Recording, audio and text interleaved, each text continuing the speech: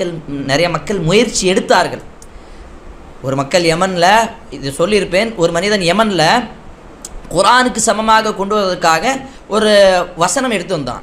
அல் feel மல் feel ஒமா அத்ராக்க மல் feel ஹுர்து முஹு தவீல். யானை என்ன யானை, யானை பற்றி உங்களுக்கு என்ன தெரியும்? யானை, அந்த யானை அதனுடைய தும்பிக்கை பெருசாக இருக்கும் யானை, இப்படி தான் வரும்.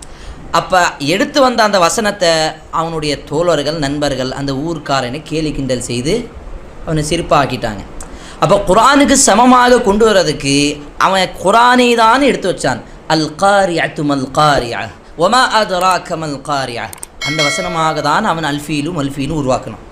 அதையும் அவனால் உருப்படியாக செய்ய முடியல.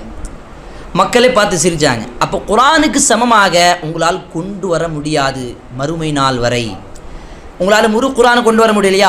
10 வசனம், நீங்கள் 10 சூறாக்களை கொண்டு வாருங்கள்.